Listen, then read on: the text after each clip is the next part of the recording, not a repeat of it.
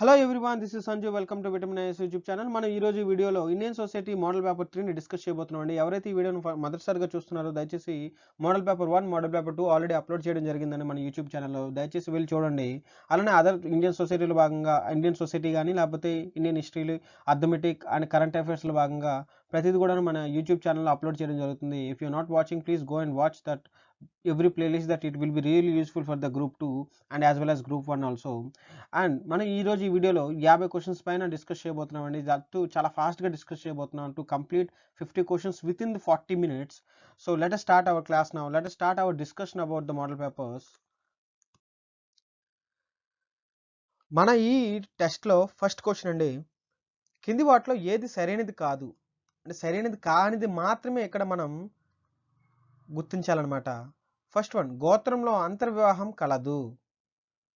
అంతర్వివాహం కలదు అంటే ఇక్కడ గోత్రంలో అంటే ఒకే గోత్రం కలవాళ్ళు పెళ్లి చేసుకోవచ్చు. ఫర్ ఎగ్జాంపుల్, కౌశిక అనే గోత్రం ఉందనుకుందాం. ఈ కౌశిక అనే గోత్రం, కౌశిక ఉన్న వాళ్ళ గోత్రంలో మరి కొందరు ఉంటే వాళ్ళని పెళ్లి చేసుకోవచ్చా? సో అలాంటి సిచ్యువేషన్ని అంతర్వివాహం అంటారు, గోత్రంలో అంతర్వివాహం అంటారు. సో ఇది రాంగ్ అండి. ఎందుకంటే గోత్రంలో బహిర్వివాహం అంటే గోత్రానికి సంబంధించిన సేమ్ వాళ్ళని పెళ్లి చేసుకోరనమాట. సేమ్ గోత్రం ఉంటే వాళ్ళని సోదరులుగా భావిస్తారు. So first one is wrong అంటే సరైనది కాదు, అంటే ఇది ఆప్షన్ ఉండాలి. సో 1 ఇది అంటే బి అనేది రాంగ్ అవుతుంది, ఎందుకంటే 1 లేదు కాబట్టి. ఇది పక్కా. గోత్రం అంటేనే గోవుని రక్షించడం. ఎగ్జాక్ట్లీ అండి, గోత్రం అంటే గోవుని రక్షించడం. మనకి వేదాల ముందు అంటే వేదాస్లో అంటే బిఫోర్ వేదాస్ కానివ్వండి, వేదిక్ కల్చర్లో మనకి గోత్రము క్లాన్ అనేది ఫస్ట్ స్టార్టింగ్లో చెప్పబడిందండి. అంటే గోవుల్ని అప్పుడు వేదాస్లో అతి ముఖ్యమైనది అమాన్య అని అంటారనమాట. అమాన్య అంటే అతి ముఖ్యమైనది, అంటే అలా అంటే అతి కాస్ట్లీ అని అర్థం అనమాట. చాలా విలువైనదే అర్థం. ఈ అమన్య అంటే ఆవు అంటారనమాట. ఈ ఆవుని పరిరక్షించడం కొంతమంది తెగలుగా విడిపోయి ఆ తెగలకి గోత్రాల పేరుతో చెప్పేవాళ్ళు అనమాట. క్లాన్స్ అని అంటారు. ఈ క్లాన్స్ అనేది డిఫరెంట్ క్లాన్స్, డిఫరెంట్ ఆవుని రక్షించడం, production of cows and cattles అని చెప్పొచ్చు అనమాట. సో ఇది రైట్ అవుతుంది. Option B will be the right answer. But ఇక్కడ ఏం అడిగాడు, కింది వాటిలో ఏది సరైనది కాదు అని అడిగాడు. సో ఇది మాత్రం రాంగ్ అవుతుంది అనమాట. 2 అనేది ఆప్షన్లో ఉండకూడదు. ఈ 2 ఆప్షన్లు ఉండకూడదు. ఏంటంటే 2 అనేది రైట్ వన్. సో ఇక్కడ 2 అనేది ఎలిమినేట్ చేసిన తర్వాత మనకి ఆప్షన్ ఏం మిగులుతుందండి? Option C will be the right answer. Option C will be the right answer. మూడోది చూద్దాం. భారత సమాజంలో ఎక్కువ మాతృవంశీయ గోత్రాలు కలవారు ఉన్నారు. లేదండి, భారతదేశంలో ఎక్కువగా పితృవంశీయ గోత్రాలు. మనం చూడండి, పెళ్ళైన తర్వాత అమ్మ గోత్రం మనం చెప్పుకోం, నాన్న గోత్రం చెప్పుకుంటాం అనమాట. అమ్మ తన గోత్రం పట్టుకుని రాదు. నాన్నకి ఏ గోత్రం ఉందో అది మనకి వర్తిస్తుందని చెప్పచ్చు. సో ఇక్కడ సమాజంలో ఎక్కువ మంది మాతృవంశీయ గోత్రాలు ఎవరు లేరండి. అందరూ పితృవంశీయ గోత్రాలు ఎక్కువగా మనకి ఉండడం అయితే గమనించవచ్చు. So option C will be the right answer for this question. So next question చూసినట్లయితే ఈ క్వశ్చన్ చూడండి, కింది వాటిలో సిహెచ్ హనుమంతరావు ప్రకారం ఏది ప్రాంతీయ తత్వానికి కారణాలు? అంటే హనుమంతరావు ప్రకారం ఏది ఈ రీజనిజంకి రీజన్స్ ఏటో అడగమన్నారు అనమాట. ఫస్ట్ ఆప్షన్ వచ్చేసరికి అసమానతమైన పెట్టుబడులు, ఇన్వెస్ట్మెంట్లో చిన్న ఇన్ఈక్వాలిటీస్ ఉండడం. రెండోది వచ్చేసరికి నిరుద్యోగం, అన్ఎంప్లాయ్మెంట్. మూడో రీజన్ వచ్చేసరికి రాజకీయ ఆధిపత్యం, పొలిటికల్ డామినెన్స్ అని చెప్పొచ్చు. ఫోర్త్ ఆప్షన్ వచ్చేసరికి వనరులు, రిసోర్సెస్ అని చెప్పొచ్చు. బట్ ఇక్కడ 4 కారణాలు అయి ఉండొచ్చు. ఎందుకంటే వనరులు, రాజకీయ ఆధిపత్యం, నిరుద్యోగం, అసమానత, పెట్టుబడులు ఇవన్నీ ప్రాంతీయతత్వానికి కారణాలు అయి ఉండొచ్చు. కానీ సిహెచ్ హనుమంతరావు ప్రకారం ఏది కారణమై ఉంటుందంటే చూడాలి. సో అసమానతలు, పెట్టుబడి ఎస్ అండి, రైట్ అండి. నిరుద్యోగం ఎస్ అండి. రాజకీయ ఆధిపత్యం ఎస్ అండి. బట్ వనరులు కాదండి. సో ఫోర్త్ అనేది ఇక్కడ మనకి డిలీట్ చేసినట్లయితే ఆప్షన్ బి అనేది రైట్ ఆన్సర్ అవుతుందండి. 1 and 2 and 3 option B will be the right answer. So next question చూసినట్లయితే మనం బంధుత్వంపై అధ్యయనం చేసిన మొదటి వ్యక్తి ఎవరు? కిన్షిప్ పై రీసెర్చ్ చేసిన ఫస్ట్ పర్సన్ ఎవరని అడిగారనమాట. సో డైరెక్ట్గా దీనికి ఆన్సర్ వచ్చేసరికి మనం చెప్పుకోవచ్చు హెన్రీ మెయిన్ అండి. హెన్రీ మెయిన్ అతను ఫస్ట్ టైం కిన్షిప్ మీద, ఈ క్లాన్స్ మీద, కిన్షిప్ మీద, బంధుత్వం మీద అధ్యయనం అయితే చేయడం మొదలుపెట్టారనమాట. Option 3 will be the right answer. ఇక్కడ నెక్స్ట్ క్వశ్చన్ చూసుకున్నట్లయితే ఫ్యామిలీ అండ్ కిన్షిప్ అనే బుక్ రాసిన వారు ఎవరు? Family and kinship. అనే బుక్ రాసిన వారు ఎవరు అనడం అయితే జరిగిందండి. ఇక్కడ మీరు గమనించినట్లయితే Murdock, Harry Jason, Henry Maine, Madan TS. So family and kinship అనే బుక్ రాసింది ఆప్షన్ 4 అండి, మదన్ టిఎస్. ఇతను ఫ్యామిలీ అండ్ కిన్షిప్ అనే బుక్ని అయితే రాయడం గమనించవచ్చు అనమాట. Family and kinship. ఈ బుక్లో ఏం చెప్పడం జరిగిందంటే how family and kinship had been relating each other. ఈ రెండు కూడా నువ్వు ఎలా రిలేట్ చేయగలుగుతున్నావు, ఒకదానికి ఒకటి ఎలా కాంపోజిట్ చేయడం మొదలుపెట్టాయని ఈ బుక్లో రాయడం అయితే గమనించవచ్చు. మదన్ టిఎస్ అనే అతను ఫ్యామిలీ అండ్ కిన్షిప్ అనే బుక్ అయితే రాయడం జరిగింది. Option 4 will be the right answer for this question. Next question చూసుకున్నట్లయితే కిన్షిప్ అండ్ మ్యారేజ్ బుక్ రాసిన వ్యక్తి ఎవరు?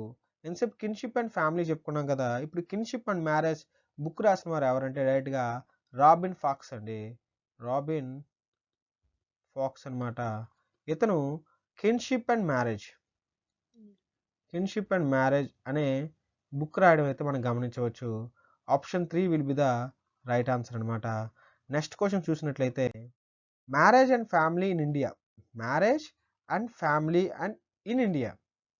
ఇప్పటివరకు మన కిన్షిప్ అండ్ మ్యారేజ్ అయితే మనం చెప్పుకున్నాం, ఎవరు? రాబిన్ ఫాక్స్ అని చెప్పుకున్నాం.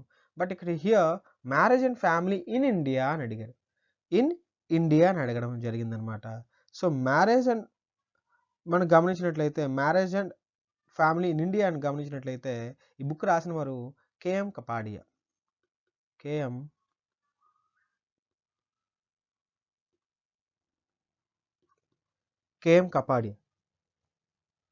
ఈ కేఎం కపాడియా అనే వ్యక్తి marriage and family in India అనే బుక్ని అయితే రాయడం అయితే మనం చూడొచ్చు. Option 1 will be the right answer అండి. హియర్ నెక్స్ట్ క్వశ్చన్ ఆదిమ వివాహం, ప్రిమిటివ్ మ్యారేజ్. మీకు ఇది అయితే అర్థమవుతుంది, ప్రిమిటివ్ మ్యారేజ్. ఈ బుక్ రాసిన వారు ఎవరు అడగడం అయితే జరిగిందండి. చెప్పండి ఎవరండి? మార్డోకా, హ్యారీ జాన్సనా, హెన్రీ మెయినా, మెక్లెనన్.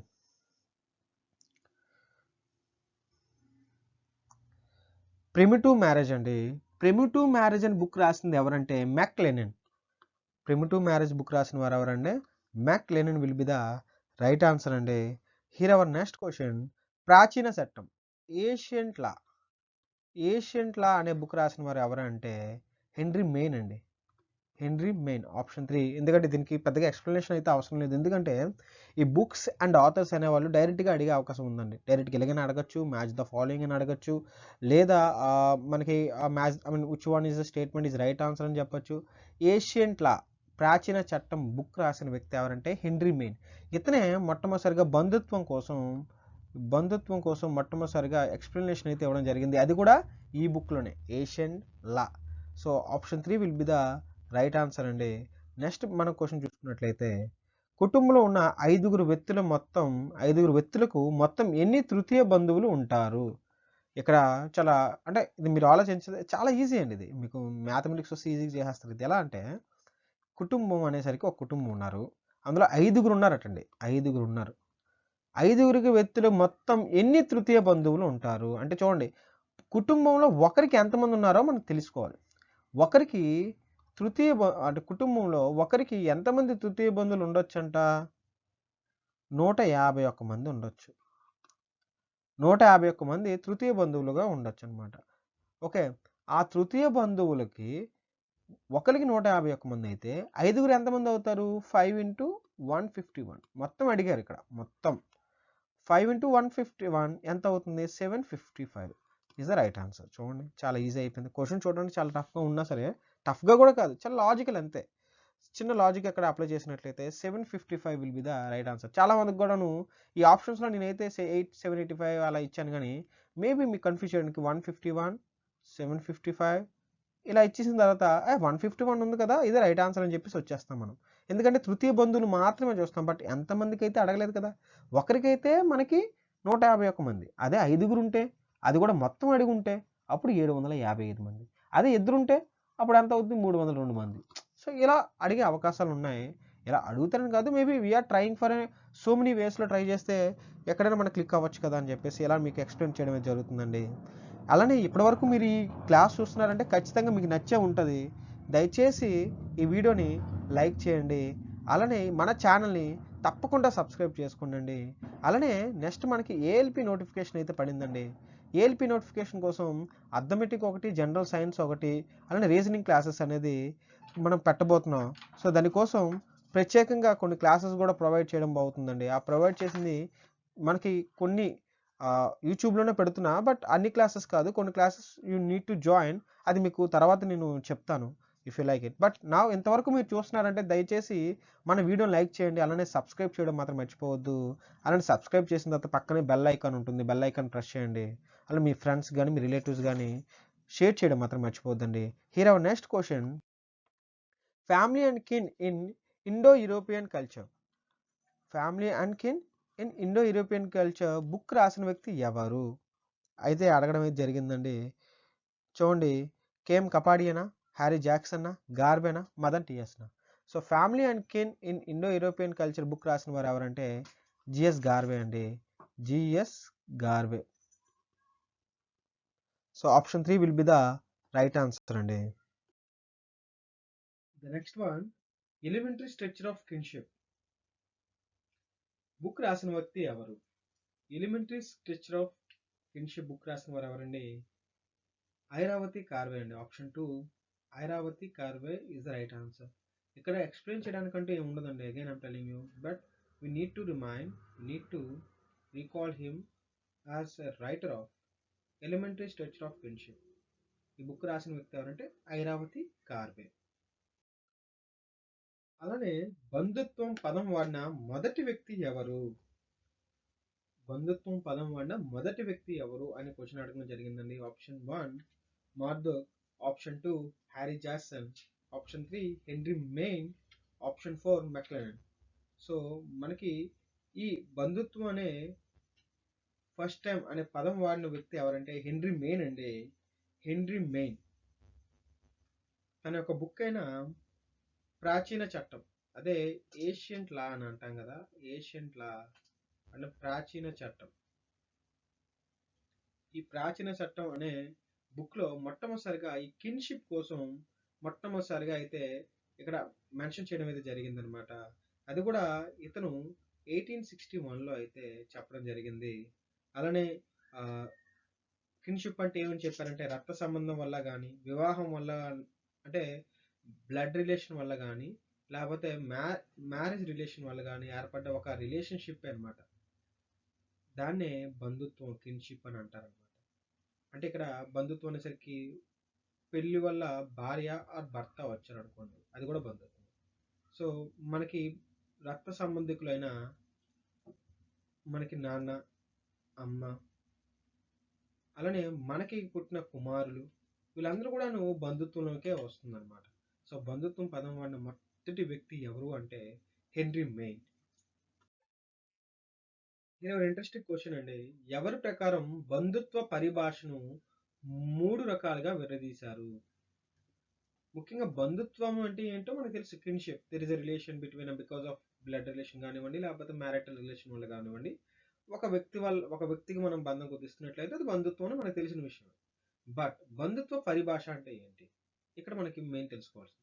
బంధుత్వ పరిభాషని 3 రకాలుగా వర్గీకరించిన వారు ఎవరంటే, అంటే ఆప్షన్స్ ఏంటంటే మార్డోకా, హరీ జాక్సన్, హెన్రీ మెయినా, మెక్లెనన్. సో నువ్వు గుర్తుపెట్టుకున్నట్లయితే బంధుత్వ పరిభాష అంటే ఇంకేం కాదండి, ఒక వ్యక్తికి అక్కడ ఉంటారు కదా రిలేటివ్స్, వాళ్ళ రిలేటివ్, ఫర్ ఎగ్జాంపుల్ నాన్న, అమ్మమ్మ, తాతయ్య, సో ఇలా ఉంటారు కదా. సో ఈ వర్డ్ అయితే ఉందనుకోండి, ఒక హ్యూమన్ ఉన్నాడు, ఎక్స్ అని, ఫర్ ఎగ్జాంపుల్ ఇక్కడ ఎక్స్ అనే పర్సన్ ఉన్నారు, అది నేను అనుకున్నాను. సో ఏ అనే పర్సన్ నాకు నాకు పిన్ని గారు అవుతారు అనుకున్నాను. సో ఈ పిన్ని అనేది ఎలా వచ్చింది మనకి? ఇక్కడ ఏ అనేది మనకి రిలేటివ్సే, బట్ పిన్ని అనేది ఎందుకు పిలుస్తున్నాం? సో ఈ పిన్ని అనే పిలుపుని ఏమని పిలుస్తారంటే బంధుత్వ పరిభాష అని అంటారనమాట. అంటే ఏంటి, ఎక్స్కి అండ్ ఏకి మధ్య రిలేషన్షిప్ని ఎలా చెప్తున్నాం? పిన్ని అని చెప్తున్నాం. సో ఆ రిలేషన్షిప్ చెప్పడమే బంధుత్వ పరిభాష అని చెప్పొచ్చు అనమాట. ఈ బంధుత్వ పరిభాషని 3 రకాలుగా వర్గీకరించిన వారు ఎవరంటే మనకి జిపి మార్డోక్ అండి. జిపి మార్డోక్. ఈ జిపి మార్డోక్ అనే వాళ్ళు 3 రకాలుగా మనకి వర్గీకరించారనమాట. చాలా ఇంపార్టెంట్. అది ఉపయోగిత, మోడ్ ఆఫ్ యూజ్, ఉపయోగిత అంటే మోడ్ ఆఫ్ యూజ్ అనమాట, యూజ్ చేసింది అనమాట. నెక్స్ట్ భాషా నిర్మాణం. మూడోది వచ్చేసరికి అనువర్తన పరిధి. సో ఈ మూడు కూడా మనకి ఈ మూడు రకాలుగా విడదీసి చూడొచ్చు. Option A GP Murdock is the right answer అండి. సో బంధుత్వ పరిభాష అంటే మీకు అర్థమైంది అనుకుంటా. Here our next question. Uncle అనేది బంధుత్వ పరిభాషలో మనం చెప్పుకున్నాం. బంధుత్వ పరిభాషలో అంకుల్ అనేది భాష నిర్మాణమా, సంబోధన పదమా, అన్వయ పదమా, ప్రాథమిక పదమా? సో మెయిన్ మనం గుర్తుపెట్టుకోవాల్సింది ఇక్కడ అంకుల్ అనేది ఒక సంబోధన పదంగా మనం చెప్పుకోవచ్చు. Option 2 will be the right answer here. So uncle అనేది సంబోధన పదం అనేది ఎలా అవుతుంది? సో సింపుల్గా చెప్పాలంటే సంబోధన పదం అంటే టర్మ్ ఆఫ్ అడ్రస్ అని అర్థం. Term of address. ఎందుకంటే అంకుల్ అనేది ఇక్కడ పర్టికులర్గా ఒకరి కోసం చెప్పరు. అంటే ఇటు మనం గమనించినట్లయితే రిలేషన్ చూద్దాం. ఇన్ జనరల్గా మనకి చిన్నాన్ని కూడా ఏమని పిలుస్తాం? ఇంగ్లీష్లో అంకుల్ అని పిలుస్తాం. మామయ్యని ఏమని పిలుస్తాం? అంకుల్ అనే పిలుస్తాం. అలానే ఎవరైనా పెద్దనాన్ని ఏమని పిలుస్తాం? అంకుల్ అని పిలుస్తాం. చూడండి, అంటే అంకుల్ అనేది చిన్నానికి వర్తిస్తుంది, మామయ్యకి వర్తిస్తుంది, పెద్దనానికి వర్తిస్తుంది. ఇంకా డిఫరెంట్ వాళ్ళు ఉంటారు కదా, వాళ్ళని టర్మ్ అంటే చిన్నాళ్ళు ఎంతమంది ఉన్నా చిన్నాళ్ళు అందరికీ అంకుల్ అనే పిలుస్తాం. మామయ్యలు ఎంతమంది ఉన్నా మామయ్యలందరినీ అంకుల్ అని పిలుస్తాం. సో అంటే ఇక్కడ డిఫరెంట్ టర్మ్ ఆఫ్ అడ్రస్ చేస్తున్నాం అక్కడ పర్టికులర్గా. అంటే ఒక బంధువు మరొక బంధువుతో సంభాషించినప్పుడు అతన్ని సంబోధించే పదాన్నే సంబోధన పదం అని అంటారంట. అంటే డైరెక్ట్గా ఒక పర్సన్ అయితే చెప్పదు ఇది. ఇప్పుడు ఫర్ ఎగ్జాంపుల్ అంకుల్ అనేది ఉంది. అంటే ఫర్ ఎగ్జాంపుల్ నేను ఉన్నాను, ఒక చిన్నపిల్లకి అమ్మ మీ అంకుల్ని పిలుచుకుంటారా అమ్మ అని అంటాను. ఓకే, ఒక చిన్నపిల్ల మీ అంకుల్ని పిలుచుకుంటారమ్మా అంటే అతను ఆవిడ అడుగుతుంది అంకుల్ అనేసరికి ఒక ఇన్ కేస్ అతనికి ఒకరు అంకుల్ ఉంటే ఏం ప్రాబ్లం లేదు. బట్ 10 మంది ఉంటే ఏ అంకుల్ అని పిలుస్తా అంటే ఏ అంకుల్ని పిలాలి అని అడుగుతుందా లేదా? ఫర్ ఎగ్జాంపుల్ అంటే ఇక్కడ అంకుల్ అంటే డైరెక్ట్గా ఒక వ్యక్తిని అయితే చూపించదు. అనమాట. ఇక గ్రూప్ ఆఫ్ పర్సన్స్ అయితే రిఫరెన్స్ చేస్తుంది. అందుకోసమే గ్రూప్ ఆఫ్ పర్సన్ అడ్రస్ చేస్తుంది కాబట్టి దీన్ని టర్మ్ ఆఫ్ అడ్రస్ అని అంటారు, సంబోధన పదం అని అంటారు అనమాట. చూడండి, అంకుల్ అన్న, ఆంటీ అన్న, ఇక్కడ ఇవన్నీ కూడా మనకి సింపుల్గా చెప్పచ్చు అనమాట. అంకుల్ అన్న, ఆంటీ అన్న టర్మ్ ఆఫ్ రెఫరెన్స్లోకి వస్తాయి. దాన్ని సంబోధన పదం అని అర్థమైంది. ఇప్పుడు అంకుల్ అంటే మీకు క్లియర్గా అర్థమైంది కదా, ఎందుకు సంబోధన పదం అని ఎందుకంటారు, దీని ఇంగ్లీష్ టర్మ్ ఆఫ్ అడ్రస్ అని ఎందుకంటాము ఇప్పుడు మీకు క్లారిటీ వచ్చింది కదా. సో ఎందుకంటే అంకుల్ అనేసరికి పర్టికులర్గా ఒక పర్సన్ని మాత్రమే సూచించదండి, గ్రూప్ ఆఫ్ పర్సన్ సూచిస్తుంది కాబట్టి దాన్ని టర్మ్ ఆఫ్ అడ్రస్ అని పిలుస్తారు, సంబోధన పదం అంటారు. నెక్స్ట్ క్వశ్చన్ వచ్చేసరికి దత్ కమిటీ. ఈ ప్రాంతీయవాదంలో దత్ కమిటీ ఎప్పుడు ఎస్టాబ్లిష్ అయిందని క్వశ్చన్ చేయడం అయితే జరిగిందండి. Option 1 1967, option 2 1980, option 3 1985, option 4 1970. So which one will be the right answer అండి? చూడండి, దత్ కమిటీ మనకి ఎస్ అండి.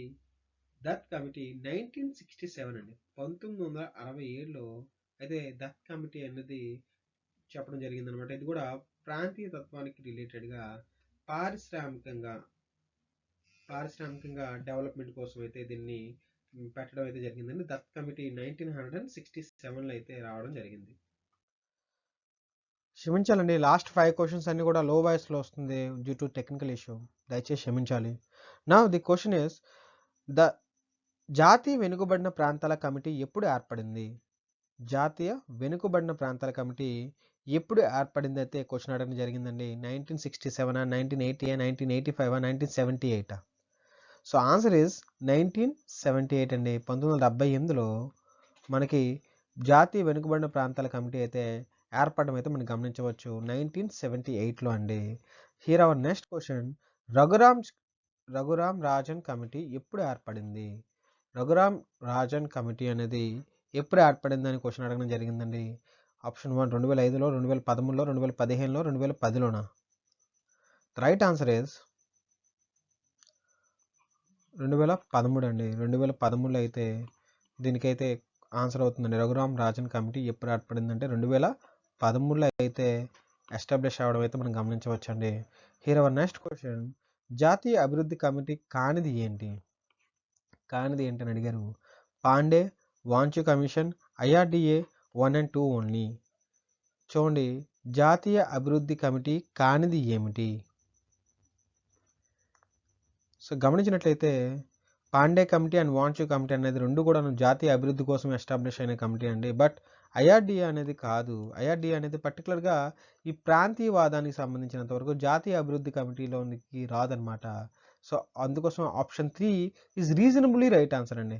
మీరు కాస్త డీప్గా వెళ్తే ఇది కూడా రాంగ్ ఆన్సర్ అవుతుంది. బట్ రీజనబుల్లీ ఈ ఆప్షన్స్లో ఉన్న మనకి అవైలబిలిటీ ప్రకారం option 3 will be the right answer అవుతుందండి. Option 3 is the right answer. Here our next question. జాతీయ బహుముఖ గుణకం అభివృద్ధి పరిచిన కమిటీ ఏంటి? మల్టిపుల్ ఇండెక్స్ అండి. మల్టిపుల్ ఫ్యాక్టర్ ఇండెక్స్ ఉంది కదా, దాన్ని ఎవరు అభివృద్ధి పరిచారు? పాండే కమిషనా, వాంచు కమిషనా, రఘురామ్ రాజన్ కమిషనా, 1 and 2 ఓన్లీయా? Which one will be the right answer అండి?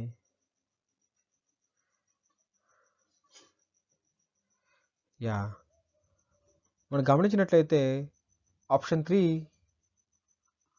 రఘురామ్ రాజన్ కమిటీ అయితే రైట్ ఆన్సర్ అవుతుందండి. ఈ రఘురామ్ రాజన్ కమిటీ అనేది మనకి ఎప్పుడు ఎస్టాబ్లిష్ అయింది? 2013లో ఎస్టాబ్లిష్ అవ్వడం అయితే మనం గమనించాం. ఇది జాతీయ బహుముఖ గుణకాన్ని అయితే అభివృద్ధి చేయడం అయితే మనకు తెలిసిన విషయమే. నెక్స్ట్ క్వశ్చన్ చూసుకున్నట్లయితే జాతీయ పారిశ్రామిక ప్రాధాన్యత గుర్తించే కమిటీ ఏమిటి? జాతీయ పారిశ్రామిక ప్రాధాన్యత. సో దీనికి సంబంధించినంత వరకు ఒక కమిటీ ఎస్టాబ్లిష్ అయిందండి. దాన్నే దత్ కమిటీ అంటాం. ఎప్పుడంటే 1967లో Dutt committee. Option 3 will be the right answer అవుతుందండి. సో జాతీయ పారిశ్రామిక ప్రాధాన్యతకు గుర్తించే కమిటీ ఏంటంటే దత్ కమిటీ. దీన్ని అంటే దత్ కమిటీ అనేది మనకి తెలిసిన విషయం అంటే రీజనలైజేషన్ కోసం, అంటే ప్రాంతీయవాదం కోసం ఏర్పడిన కమిటీ అని చెప్పుకోవచ్చు. బట్ ప్రాంతీయవాదానికి కారణాలు ఏంటి? జాతీయ పారిశ్రామిక విధంగా ఎంత ప్రాధాన్యత ఇవ్వాలి, దీన్ని పరిశీలించడానికి వచ్చిన కమిటీయే దత్ కమిటీ. అందుకోసం జాతీయ పారిశ్రామిక ప్రాధాన్యత కల్పించే కమిటీ ఏంటంటే దత్ కమిటీ అని మనం చెప్పుకోవచ్చు అనమాట. నెక్స్ట్ మనం ద క్వశ్చన్ ఈస్ పారిశ్రామికంగా వెనుకబడిన రాష్ట్రాలని, ఇది రాష్ట్రాలను గుర్తించేందుకు ఏర్పడిన కమిటీలు ఏంటి? ఇక్కడ రాష్ట్రంగా. సో పారిశ్రామిక వెనుకబడిన రాష్ట్రాలు గుర్తించేందుకు ఏర్పడిన కమిటీ ఏంటంటే పాండే కమిటీయా, వాంచు కమిషనా, దత్ కమిటీయా, 1 and 2 ఓన్లీ? గుర్తుపెట్టుకోండి, Pande committee will be the right answer. ఎందుకంటే Pande committee and Wanchoo committee రెండు కూడాను జాతీయ అభివృద్ధి మండలికి వస్తాయి. ఈ రెండు కూడాను జాతీయ అభివృద్ధి మండలి. బట్ ఇక్కడ పాండే కమిటీ, వాంచు కమిషన్ తేడా ఏంటంటే పాండే కమిటీ అనేది పారిశ్రామికంగా వెనుకబడిన రాష్ట్రాలను గుర్తించడానికి వస్తే, వాంచు కమిషన్ అనేది పారిశ్రామిక స్థాపనకు డిస్కౌంట్స్ ఇవ్వడానికి అనమాట. అంటే ఇండస్ట్రియల్ డిస్కౌంట్స్ ఇవ్వడానికి మనకి వాంచు కమిషన్ అయితే రావడం అనేది జరిగింది అనమాట.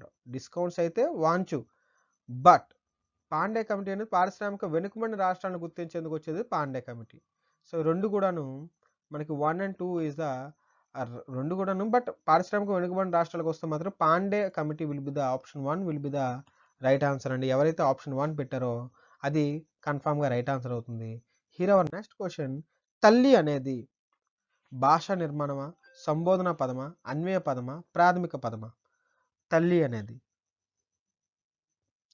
సో గమనించినట్లయితే మనకి తల్లి అనేది ఏంటి? ఇప్పుడు చాలా దగ్గరగా ఉన్న వాళ్ళని తల్లి అని అంటాం, అంతే కదా. సొంత సంబంధికుల్ని మనం తల్లి అని అంటాం. తల్లి అంటే మన సొంత అమ్మని తల్లి అని పిలుస్తాం. అంటే అతి దగ్గరగా ఉన్న వాళ్ళని, అతి దగ్గర ఉన్న వ్యక్తుల్ని మనం సంబోధించడం అయితే అది దాన్ని ఏమంటే ప్రాథమిక పదం అని అంటాం అనమాట. ఈ తల్లి అనేది ఏంటి? ప్రాథమిక బంధుత్వం, అంతే కదా. ప్రాథమిక బంధుత్వం. ఈ ప్రాథమిక బంధుత్వాన్ని ఎవరైతే పిలుస్తారో వాళ్ళని ప్రాథమిక పదం అని అంటారు. అది గుర్తుపెట్టుకోండి. తల్లి అనేది ప్రాథమిక, అందుకోసం ఇది ఏమొస్తుందంటే ప్రాథమిక. అంటే మీరు గుర్తుపెట్టుకోవాలి, ప్రాథమిక అంటే ఏంటి, ద్వితీయ అంటే ఏంటి. వాడు గుర్తుపెట్టుకోండి. అమ్మా నాన్న దగ్గరికి వస్తే అది ప్రాథమిక వస్తుంది. అంటే మనం ఫర్ ఎగ్జాంపుల్ ఎక్స్ అనే వ్యక్తి, మనకు అమ్మా నాన్న ఉన్నారు, మన కూతురు కొడుకున్నారు, వాళ్ళందరూ కూడా ప్రాథమిక. అమ్మా నాన్నకి తండ్రులు ఉన్నారు అనుకోండి, వీళ్ళు ద్వితీయ అవుతారు. ఈ కూతురికి కొడుకులు పుట్టారు అనుకో, వాళ్ళు ద్వితీయ అవుతారు. కొడుకు మనవరాళ్ళు ఏమవుతారు? తృతీయ అవుతారు. సో అంటే ఇవన్నీ కూడాను రెవల్యూషన్ అనమాట. ఒకదాని తర్వాత వచ్చేవన్నీ కూడాను జనరేషన్ మారే కొలది అక్కడ ద్వితీయ, తృతీయ, ప్రాథమిక అనేది వస్తుంది అనమాట. తల్లి అనేది మనకి సొంత అమ్మ కాబట్టి అది దగ్గర వ్యక్తిని మనం సంబంధం ఉన్న బంధువులకు వాడే పదమే మనకేమని పిలుస్తాం? తల్లి, తండ్రి, భార్య. అంటే ప్రాథమిక బంధుత్వం కల వాళ్ళందరికి కూడాను ప్రాథమిక చూస్తాం. అంటే తల్లి అనేది ప్రాథమిక పదం అవుద్ది, అలానే కదా. తండ్రి అనేది ప్రాథమిక పదం అవుద్ది, అలానే భార్య కూడాను ప్రాథమిక పదం అవుతుంది అనమాట. ఈ 3 అనేది ప్రాథమిక పదంలోకి వస్తాయి. అంటే option 4 will be the right answer అండి. ఆప్షన్ 4. నెక్స్ట్ క్వశ్చన్ చూసుకున్నట్లయితే అన్నియ అనేది చూడండి. అన్నియ అనేది మనకి ఎలా వస్తుంది అని గుర్తుపెట్టుకోవాలి. అన్నియ. సో అన్నియ అనేది అన్వయ పదంలోకి వస్తుందండి. Option 3 will be the right answer. ఎలా అన్నియ అనేది? అన్వయ పదం అంటే మనం మా అన్నీకి బాలేదు అంటే వేరే వాళ్ళు చెప్పుకుంటాం అనుకోండి. అన్ని అని పిలుపు కాకుండా ఈ అన్ని అనేది ఎలా అవుతుందంటే మనతో పాటు పుట్టిన వాళ్ళని ఈ అన్వయ పదంతో పిలవడం జరుగుతుంది. మా తమ్ముడు, మా మా చెల్లి, మా అన్నయ్య. ఓకే, ఇవన్నీ కూడాను అన్వయ పదంలోకి రావడం అనేది చూడవచ్చు అనమాట. Option 3 will be the right answer. Next question చూసుకున్నట్లయితే నాయనమ్మ అనేది ఏమవుతుందంటే ఉత్పన్న పదమా, సంబోధన పదమా, అన్వయ పదమా, వివరణాత్మక పదమా అని చెప్తే ఎవరైనా ఆన్సర్ చేయండి.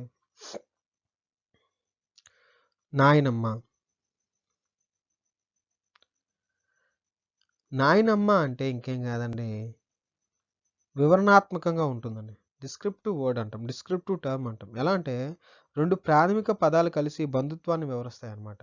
నాయనమ్మ అంటే ఎవరు? ఫర్ ఎగ్జాంపుల్ ఎక్స్ అనే వ్యక్తి ఉన్నాడు, నువ్వు అనుకుందాం, నువ్వే. ఓకే, ఆ నువ్వు అనే వ్యక్తి ఇప్పుడు ఒక ఫాదర్ మదర్ ఉన్నారు. ఈ ఫాదర్ అనేవాడు ఎవరవుతారు? ప్రాథమిక బంధుత్వం. బట్ ఇతనికి తల్లి ఎవరు? అమ్మ అనుకుందాం. ఇతనికి తల్లి అమ్మ. ఇతనికి ఏమవుతున్నట్లు? ఇది ప్రాథమికే కదా. అంటే చూడండి, రెండు ప్రాథమిక బంధుత్వాలు ఎక్స్ప్లెయిన్ చేసేది ఏమవుతుందంటే వివరణాత్మక అవుతుందన్నమాట. అంటే ఇప్పుడు మనకి ప్రాథమిక నాన్నకి ప్రాథమిక వాళ్ళు అమ్మ. కాబట్టి ఇప్పుడు మనకేమవుతారు ఈవిడ? చూడండి, అంటే ఇక్కడ ఒక కపుల్ ఉన్నారు. ఆ కపుల్ పెళ్ళైన తర్వాత ఒక ఎక్స్ అనే, అంటే ఫర్ ఎగ్జాంపుల్ ఇప్పుడు మనకి సాయి అనే పదం, ఒక సాయి అనే వ్యక్తి ఉన్నారనుకుందాం. ఈ సాయి అనే వ్యక్తి వాళ్ళ నాన్నగారు అనుకుందాం, నాన్న అమ్మ. సో ఈ నాన్నగారు అనేవాళ్ళు ఏమవుతున్నారు? ప్రాథమికంగా మనకు తెలుసు ప్రాథమిక పదం అని అంటాం, ఎందుకంటే ప్రాథమిక బంధుత్వం, వీళ్ళు దగ్గర ఉన్నవాళ్ళు, ప్రాథమిక బంధుత్వం. ఈ ప్రాథమిక బంధుత్వం అనేది ఎంత ఉన్నారు? కరెక్ట్. ఈ ప్రాథమిక బంధుత్వం ఎన్ని ఉంటాయి? 7 ఉంటాయి కంప్లీట్గా. అది మన తర్వాత చెప్పుకుందాం. ఈ నాన్నకి ప్రాథమిక బంధుత్వం ఏమవుతారు? ఇన్ కేస్ అంటే వాళ్ళ భార్య అవ్వాలి, అంటే వాళ్ళకి అతని భార్య, మనకి అమ్మ, లేదా వాళ్ళ తండ్రి అయినా అవ్వాలి. అంతేనా? తల్లి తండ్రి అనుకుందాం. ఈ తల్లి అనేది ఈ నాన్నకి ప్రాథమిక బంధుత్వం కాబట్టి ఇది కూడా ప్రాథమిక. ఇక్కడ సాయికి ఈవిడ నాన్నమ్మ అవుతుంది. అంటే 2 ప్రాథమిక బంధాలని మనకి డిస్క్రైబ్ చేస్తుంది కాబట్టి ఈ నాయనమ్మ అనేది ఏమవుతుందంటే వివరణాత్మక అవుతుంది. అలానే తాతయ్య అంటే ఇందులోకి వచ్చేసరికి నాయనమ్మ, అమ్మమ్మ. తాతయ్య కూడా కాదు, అమ్మమ్మ, నాయనమ్మ, ఈ 2 కూడాను వివరణాత్మక పదం అయితే రావడం జరుగుతుంది అనమాట. వివరణాత్మక పదం. నెక్స్ట్ క్వశ్చన్, పినతండ్రి అనేది మనకి ఉత్పన్న పదంలోకి రావడం జరుగుతుంది. ఉత్పన్న పదం అంటే 2 ప్రాథమిక పదాలు కలిపి బంధుత్వాన్ని సూచించే మరో పదం అనమాట. అంటే సేమ్ అని కాదు. ఫర్ ఎగ్జాంపుల్ మనకి వివరణాత్మక అని చెప్పుకున్నాం, అలానే ప్రాథమిక పదం అని చెప్పుకున్నాం కదా. సో ఇలానే ఇదొక పదం అనమాట. పినతండ్రి అని చెప్పుకున్నాం, లేకపోతే పినతల్లి అని చెప్పుకోవడానికి ఉత్పన్న పదంలోకి రావడం అయితే గమనించండి. Option 1 will be the right answer. Next question చూసుకున్నట్లయితే బిమారు అంటే ఏంటి? బిమారు అంటే రోగం అని అర్థం అండి. బిమారు చేసింది హిందీ ఎవరికి వచ్చిందో వాళ్ళకి ఈజీగా అర్థం. బిమారు చేయడం అంటే రోగం చేయడం లేదా సిక్గా ఉండడం అనమాట. ఈ బిమారు అనడాన్ని మీనింగ్ ఏంటంటే రోగం. Option 1 will be the right answer. Next question చూసుకున్నట్లయితే బిమారు అనే పదం మొదటగా వాడింది ఎవరంటే ఆశిష్ బోస్ అండి. ఆశిష్ బోస్ అనే వ్యక్తి మొదటగా బిమారు అనే పదాన్ని వాడడం అయితే గమనించవచ్చు. బిమారు అంటే మనకు తెలుసు కదా, సిక్ అని అర్థం. ఇది నార్త్ ఇండియాలో ఎక్కువగా మనకి ఈ బిమారు అనే వర్డ్ని అయితే ఎక్కువ యూజ్ చేస్తారు. సో ఆశిష్ బోస్ అనే వ్యక్తి బిమారు అనే పదాన్ని అయితే వాడడం అయితే మనం గమనించవచ్చు. Option 1 will be the right answer అండి. తాత అనేది ఏ పదం? ఉత్పన్న పదమా, వర్గాత్మక పదమా, అన్వయ పదమా, వివరణాత్మక పదమా? సో తాత అనేది వర్గాత్మక పదం అయితే అవుతుందండి. Option 2 will be the right answer అండి. Option 2 will be the right answer. వర్గాత్మక పదం అయితే అవుతుంది, ఎందుకంటే ఇది క్లాసిఫికేటరీ టర్మ్ అయితే అవుతుందన్నమాట. సో దీని మీనింగ్ ఏంటంటే ఒకే పదాన్ని బంధువర్గంలో ఒకరికంటే ఎక్కువ మందిని వాడడాన్ని వర్గాత్మక పదం అని కూడా అంటారనమాట. తాత అనేసరికి ఇటు మదర్ సైడు తాత అని పిలుస్తాం. అలానే ఫాదర్ సైడ్ వైపు కూడా తాత అని పిలుస్తాం అనమాట. చూడండి అంటే 2 డిఫరెంట్ బంధుత్వాన్ని ఒకే పేరుతో పిలుస్తున్నాం కాబట్టి అలాంటి వాటిని వర్గాత్మక పదం అని కూడా అనొచ్చనమాట. ఈశాన్య రాష్ట్ర అభివృద్ధి శాఖ ఎప్పుడు ఏర్పాటైనది? Option 1 2001, option B 2010, option 3 2000, option 4 2005. దీనికి మీరు కామెంట్ చేయండి. దీనికి ఆన్సర్ ఏమవుతుందంటే కామెంట్ చేయండి. ఆప్షన్ ఏ 1 అయితే, 2 అయితే, 3 అయితే, 4 అయితే which one will be the right answer? So next question చూసుకున్నట్లయితే ఆకాంక్ష జిల్లాల కార్యక్రమం ఆస్పిరేషనల్ డిస్ట్రిక్ట్ ప్రోగ్రామ్ అనేది ఎప్పుడు స్టార్ట్ అయింది అని క్వశ్చన్ అడగడం అయితే జరిగిందండి. 2001, 2018, 2008, 2005. సో దీనికి ఆన్సర్ వచ్చేసరికి 2018 అండి. Option 2 will be the right answer. అలానే ఆపరేషన్ బ్లూ స్టార్ ఏ మతానికి సంబంధించింది? ఆపరేషన్ బ్లూ స్టార్ అనేది ఏ మతానికి సంబంధించిందంటే ముస్లిమా, సిక్కా, 1 and 2 హిందువా? ఆపరేషన్ బ్లూ స్టార్ అమృత్సర్ దగ్గర అండి. ఈ అమృత్సర్ అనేసరికి మనం బాగా గుర్తుపెట్టుకోవాల్సిన సిక్కు మతం, పంజాబ్ అల్లర్లు. సో ఈ సిక్కు మతం అనేది ఆన్సర్ అవుతుంది. Option 2 will be the right answer అండి. నెక్స్ట్ వచ్చేసరికి మనకి ఆపరేషన్ బ్లూ స్టార్ ఎప్పుడు జరిగింది? ఆపరేషన్ బ్లూ స్టార్ అనేది ఎప్పుడు జరిగింది? 1987, 1985, 1984, 2005 అంటే ఆపరేషన్ బ్లూ స్టార్ అనేది 1984లో అయితే జరగడం అయితే గమనించవచ్చండి. 1984. Option 3 will be the right answer అండి. నెక్స్ట్ క్వశ్చన్ వచ్చేసరికి యాస్పిరేషనల్ బ్లాక్ ప్రోగ్రామ్. నెక్స్ట్ చూడండి యాస్పిరేషనల్ డిస్ట్రిక్ట్ కాదు. ఇక్కడ బ్లాక్ ప్రోగ్రామ్ అనేది ఎప్పుడు జరిగింది అని అడగడం అయితే గమనించవచ్చు అనమాట. యాస్పిరేషనల్ బ్లాక్ ప్రోగ్రామ్ అనేది ఎప్పుడంటే 2020, 2023, 2022, 2021. దీనికి ఆన్సర్ ముందు ఇంతవరకు మీరు చూస్తున్నారంటే ఇది 33rd క్వశ్చన్ అండి. ఇంతవరకు మీరు చూస్తున్నారంటే ఖచ్చితంగా కంటెంట్ నచ్చే ఉంటుంది. అలా అయితే మీకు లైక్ చేయడం మాత్రం మర్చిపోవద్దు, కామెంట్ చేయడం మర్చిపోవద్దు. అలానే మన ఈ విటమిన్ ఐఏఎస్ ఛానల్ని సబ్స్క్రైబ్ మాత్రం చేసుకోవాల్సిందిగా కోరుకుంటున్నామండి. సబ్స్క్రైబ్ చేసి బెల్ ఐకాన్ని పక్కన ఉన్న బెల్ ఐకాన్ని ప్రెస్ చేయండి. సో యాస్పిరేషన్ బ్లాక్ ప్రోగ్రామ్ అనేది 2023 ఆప్షన్ 2లో 2023లో అయితే స్టార్ట్ అయిందండి. 2023 ఆస్పిరేషన్ బ్లాక్ ప్రోగ్రామ్ అంటే కొంతమంది బ్లాకులని తీసుకుని బ్లాక్స్ అంటే ఇన్ ద సెన్స్ ఆఫ్ డిస్ట్రిక్ట్స్ని తీసుకుని వాళ్ళని డెవలప్ చేయడం అనమాట యాస్పిరేషన్ బ్లాక్ ప్రోగ్రామ్ యొక్క మెయిన్ మోటో. నెక్స్ట్ క్వశ్చన్ చూసుకున్నట్లయితే సమ్మిళిత అభివృద్ధి కార్యక్రమం ఎప్పుడు ఏర్పాటైంది? అంటే ఎప్పుడు నుండి ఏర్పాటుగా ఉన్నది అని. సమ్మిళిత అంటే నథింగ్ బట్ అభివృద్ధి అంటే సస్టైనబుల్ డెవలప్మెంట్ అండి. సస్టైనబుల్ డెవలప్మెంట్ అంటే నేచర్కి అంటే ఫ్యూచర్ జనరేషన్కి డ్యామేజ్ కాకుండా అభివృద్ధి పొందడమే సస్టైనబుల్ డెవలప్మెంట్ అన్నమాట. Option 1 12th, option 2 13th, option 3 11th, option 4 10th. Which one will be the right answer అండి? Option 1 12th is the right answer అండి. 12th నుండి సస్టైనబుల్ డెవలప్మెంట్ అనేది మనకి ఇంట్రడ్యూస్ అయితే చేయడం జరిగిందనమాట. Here our next question.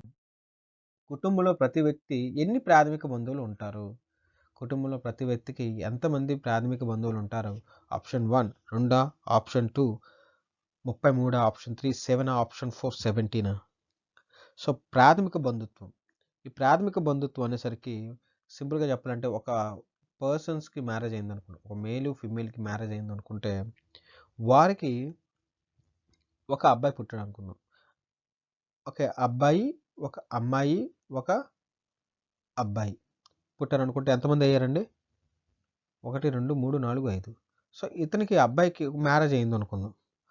ఎవరితోటి? ఒక అమ్మాయితోటి. అప్పుడు వీళ్ళకి ఒక అబ్బాయి, అమ్మాయి పుట్టారు అనుకోండి. సో ఇలాంటి డయాగ్రామ్ని ప్రాథమిక బంధుత్వం అంటారనమాట. సో ఇలా మీరు గమనించినట్లయితే ఇలాంటి వాటిని ప్రాథమిక బంధువులు అంటారు. దాదాపుగా 7 మంది అండి. 7 మంది ప్రాథమిక బంధువులు ఉండడం అయితే మనం గమనించవచ్చు. నెక్స్ట్ క్వశ్చన్ చూసుకున్నట్లయితే భాషాపరమైన విద్యా సంస్థలు ఏ ఆర్టికల్కి చెందిందంటే ఆర్టికల్ నెంబర్ 30 అండి. 30 ఆర్టికల్కి చెందడం అయితే గమనించవచ్చు. ఆప్షన్ 1 28, ఆప్షన్ 2 30, ఆప్షన్ 3 27, ఆప్షన్ 4 29 చూసుకుంటే 30 will be the right answer అండి. 30 will be the right answer. Option 2. మన నెక్స్ట్ క్వశ్చన్ చూసుకున్నట్లయితే కుటుంబంలో ఉన్న వ్యక్తికి నలుగురు వ్యక్తులకి మొత్తం ఎంతమంది ప్రాథమిక బంధువులు ఉంటారు? ఇది మీరు ఆన్సర్ చేయండి. ఎందుకంటే ప్రాథమిక బంధువులు 7 మొత్తం అనమాట. అలాంటిది నలుగురికి ఉన్నారు. 4 వ్యక్తులు ఉన్నారు. నలుగురికి 4 7 ఎంత అవుతుంది? 28 అవుతుంది. సో ఆన్సర్ విల్ బి 28 అనమాట. Option 3 will be the right answer. ఎందుకంటే దీన్ని ఇలాంటి టైప్ ఆఫ్ క్వశ్చన్ ఆల్రెడీ మనం డిస్కస్ చేసాం కాబట్టి డైరెక్ట్గా నేను ఆన్సర్ వేస్తున్నాను. ఇక నలుగురు ఉన్నారు. ఎంతమంది నలుగురు ఉన్నారు? ఎంతమంది ప్రాథమిక బంధువులు అంటే 7, ప్రతి ఒక్కరికి కూడా 7 ఉంటే మొత్తం 28 మంది అయితే ఉండడం అయితే ప్రాథమిక బంధువులు ఉండడం అయితే గమనించవచ్చు ఒక కుటుంబంలో. అలాంటిదే నెక్స్ట్ క్వశ్చన్ చూసినట్లయితే కుటుంబంలో ప్రతి వ్యక్తికి ఎన్ని గౌడ బంధువులు ఉంటారు? గౌడ అన్న ద్వితీయ అన్న ఒకటే. గౌడ అన్న ద్వితీయ అన్న ఒకటే అనమాట. సో ఎంతమంది ద్వితీయ బంధువులు ఉంటారు? Option 1 2, option 2 33, option 3 7, option 4 17. Which one is right answer? ప్రాథమిక అనేసరికి మనకి ఎంతమంది అండి? 7 అండి. ఆ తృతీయ అనేసరికి 151 అండి. ఇప్పుడు ద్వితీయ లేదా గౌడ ఎంతమంది ఉంటారంటే 33 అండి. 33 will be the right answer. Option 2 will be the right answer అండి. ఇక్కడ నెక్స్ట్ క్వశ్చన్ చూసుకున్నట్లయితే కుటుంబంలో 6 వ్యక్తి మొత్తం ఎంతమంది గౌడ? చూడండి 6 × 33 మనం గుర్తుపెట్టుకోవాలి. 6 × 33 ఎంత అవుతుంది? 198. Answer will be 198. ఎందుకంటే 6 వ్యక్తులు ఉన్నారు కుటుంబంలో, ప్రతి ఒక్కరు కూడాను 33 మంది గౌడ బంధువులు ఉంటారు. సో అలాంటప్పుడు 6 × 33 ఎంత అవుతుంది? 198 అనమాట. ఇక్కడ గమనించినట్లయితే కుటుంబంలో ప్రతి వ్యక్తికి ఎంతమంది తృతీయ బంధువులు ఉంటారు? ఆల్రెడీ చెప్పామండి. ఆప్షన్ 4 151. ఆప్షన్ 4 151 ఉంటారనమాట తృతీయ బంధువులు. ఇక్కడ గమనించినట్లయితే అగ్నేట్ అంటే ఏంటి? అగ్నేట్ అంటే ఏమిటి అని క్వశ్చన్ అడగడం జరిగిందనమాట. ఆప్షన్ స్టేట్మెంట్ 1 చూసుకుంటే ఆప్షన్ 1 చూసుకుంటే పితృవంశంలో పురుష పూర్వీకుడు, పితృవంశంలో స్త్రీ పూర్వీకుడు, మాతృవంశంలో పురుష పూర్వీకుడు, మాతృవంశంలో స్త్రీ పూర్వీకుడు. సో అగ్నేట్ అంటే ఏమిటి? అగ్నేట్ అంటే పితృవంశంలో ఉన్న పురుష పూర్వీకుడిని మనం అగ్నేట్ అని పిలుస్తామండి. అగ్నేట్ అంటే option 1 will be the right answer. పితృవంశంలో ఉన్న పురుష పూర్వీకుడిని అగ్నేట్ అని పిలవడం అయితే మనం గమనించవచ్చు. నేను చాలా ఫాస్ట్గా చెప్తున్నానండి, ఎందుకంటే ఇవి క్వశ్చన్స్ అనేది, ఎందుకంటే లెస్ టైంలో మనకి ఎక్కువ నెంబర్ ఆఫ్ క్వశ్చన్ డిస్కస్ చేసినట్లయితే మీకు టైం సేవ్ అవుతుంది, నాకు కూడా టైం సేవ్ అవుతుంది.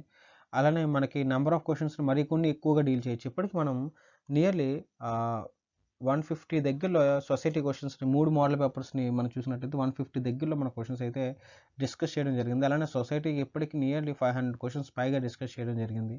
కరెంట్ అఫైర్స్కి వచ్చేసరికి నియర్లీ 100 క్వశ్చన్స్ డిస్కస్ చేయడం జరిగింది. సో ఇలా నెంబర్ ఆఫ్ ఈ ఎక్స్ప్లెనేషన్ సిరీస్ అనేది కంటిన్యూ అవుతూ ఉంటుందండి. ఏఎల్పి సంబంధించిన స్పెషల్ బ్యాచ్ కూడా మనం తయారు చేయబోతున్నాం. So when it is started then I will let you know. But agnate అంటే ఏంటంటే పితృవంశంలో ఉన్న పురుష పూర్వీకుని అగ్నేట్ అని పిలవడం అయితే మనం గమనించవచ్చు. నెక్స్ట్ క్వశ్చన్ చూసుకున్నట్లయితే కాగ్నాటక్ అంటే ఏమిటి? ఎవరికైతే ఆన్సర్ తెలుసో వాళ్ళు కామెంట్ చేయండి. కాగ్నాటక్.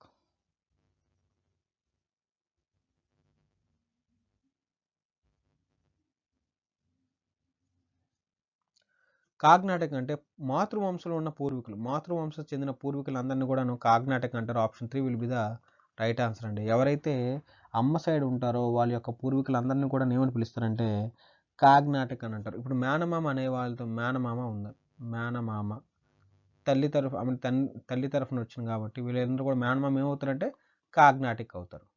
సో అలా అనమాట. కాగ్నాటిక్ అంటే మాతృవంశంలో ఉన్న పూర్వీకుల్ని కాగ్నాటిక్ అని అంటారు. నెక్స్ట్ క్వశ్చన్ చూసుకున్నట్లయితే వంశ చెట్లు అంటే నథింగ్ బట్ వంశవృక్షాలను రూపొందించిన శాస్త్రవేత్త ఎవరు అంటే option 1 Sir John Grey, option 2 MacIver, option 3 McLennan, option 4 M N Srinivas. Which one will be the right answer? చూడండి, వృక్ష అంటే వంశశాస్త్రాన్ని క్లాన్ ట్రీ అంటానండి.